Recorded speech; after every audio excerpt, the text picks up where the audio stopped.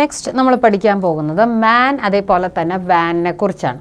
മാനിൽ it is spread within a city, metropolitan area network എന്ന് പറയുമ്പോൾ ഒരു സിറ്റിയുടെ അകത്ത് സ്പ്രെഡായി കിടക്കുന്ന ഒരു നെറ്റ്വർക്കാണത്. Few kilometres to few hundred kilometres, കുറച്ച് കിലോമീറ്ററുകളിൽ നിന്ന് 100 കിലോമീറ്റർ വരെ അല്ലെങ്കിൽ 150 കിലോമീറ്റർ വരെ അങ്ങനെ അത് വ്യാപിച്ച് കിടക്കുന്നു. ഗൈഡഡ് ഓർ അൺഗൈഡഡ്, നമുക്ക് വയർലെസ്സോ വയേർഡോ ഏത് വേണമെങ്കിൽ പ്രിഫർ ചെയ്യാം. ഇത് എപ്പോഴും ഗവേൺ ചെയ്യുന്നത് ഒന്നുകിൽ ഗവൺമെൻറ് അല്ലെങ്കിൽ വേറെ ഏതെങ്കിലും ഒരു ഒഫീഷ്യൽ ബോഡീനെ ഗവൺമെൻറ് ചുമതലപ്പെടുത്തിയിട്ടുള്ളവരാണ് ഇത് എപ്പോഴും നിയന്ത്രിക്കുന്നത്.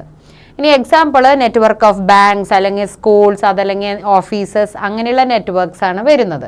Inter connecting a group of LAN, ഇതിലെന്താണ് സംഭവിക്കുന്നത്? നമ്മൾ കുറേയധികം ലാനുകൾ, അതായത് കുറേയധികം കമ്പ്യൂട്ടറുകളെ തമ്മിൽ ഇന്റർ കണക്ട് ചെയ്തിരിക്കുകയാണ് ഇവിടെ. അടുത്തതായിട്ട് വാൻ. വാൻ എന്ന് പറഞ്ഞാൽ എന്താണ്? നമുക്കറിയാം it is wide area network, അതായത് ഒരുപാട് ദൂരേക്ക് അത്രയും അധികം ഏരിയ കവർ ചെയ്യുന്ന ഒരു നെറ്റ്വർക്കാണ് വാൻ എന്ന് പറയുന്നത്. എക്സാമ്പിൾ ഇൻ്റർനെറ്റ് ആണ്.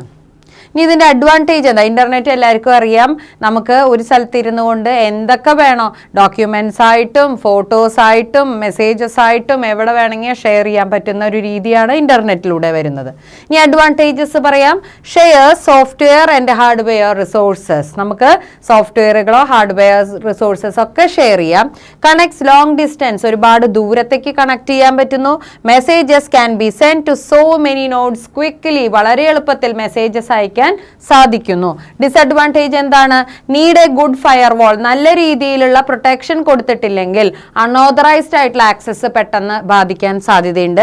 എക്സ്പെൻസീവ് ആൻഡ് കോംപ്ലിക്കേറ്റഡ്, ഇത് വളരെ എക്സ്പെൻസീവ് ആയിട്ടുള്ള ഒരു നെറ്റ്വർക്കാണ്, അതുപോലെ തന്നെ അത് കോംപ്ലിക്കേഷൻസ് നിറഞ്ഞതാണ്.